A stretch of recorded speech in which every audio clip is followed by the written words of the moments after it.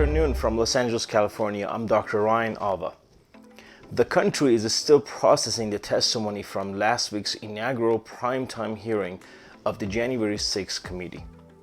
Now, while we learned much last week, one major takeaway is something I have been continuously repeating both here on my YouTube channel as well as on Medium for the past year.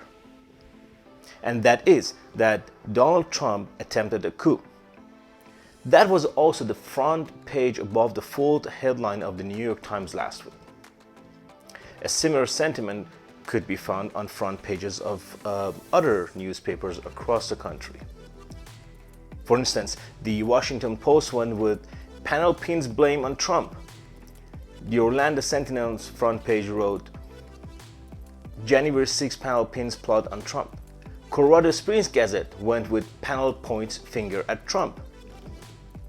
Even in Red, Alaska, the Anchorage Daily News implicitly blamed President Trump with an arresting headline again: "An attempted coup."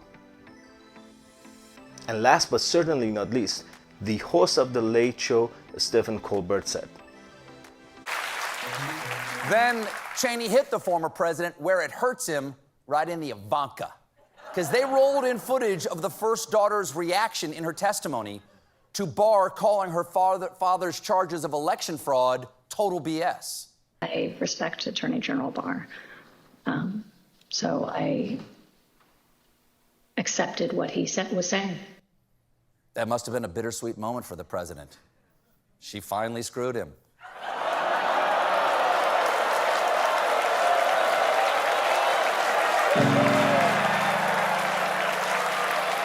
You okay?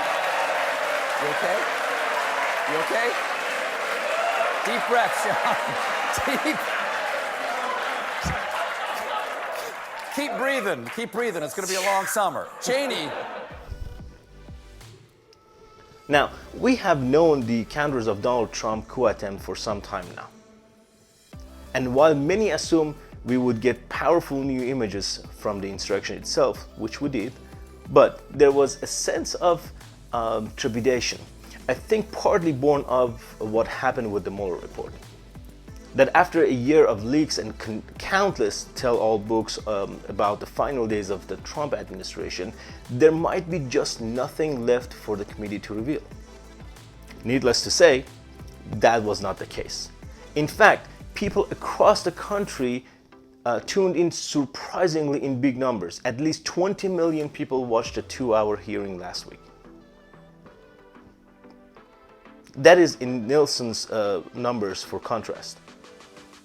That is in par with the events like Sunday night football games or the Macy's Thanksgiving parade. There was also news that a Trump campaign lawyer named Alex Cannon told Chief of Staff Mark Meadows back in November that Trump claims of election fraud were bogus. Now, Alex Cannon testified under oath. Here is Alex Cannon. I remember a call with Mr. Meadows, where Mr. Meadows was asking me what I was finding and if I was finding anything. And I remember sharing with him that we weren't finding anything that would be sufficient to change the results in any of the key states. When was that conversation? Probably in November, mid to late November. I think it was before my child was born. And what was Mr. Meadows' reaction to that information? I believe the words he used were, "So there's no there." Now keep in mind, knowing that fact did not stop Meadows from pushing Trump's big lie in public and in private for months as he helped enable the coup. Committee also revealed brand new testimony from Trump's Attorney General Bill Barr and the president's own daughter Ivanka, who both said they did not believe that Trump won the election.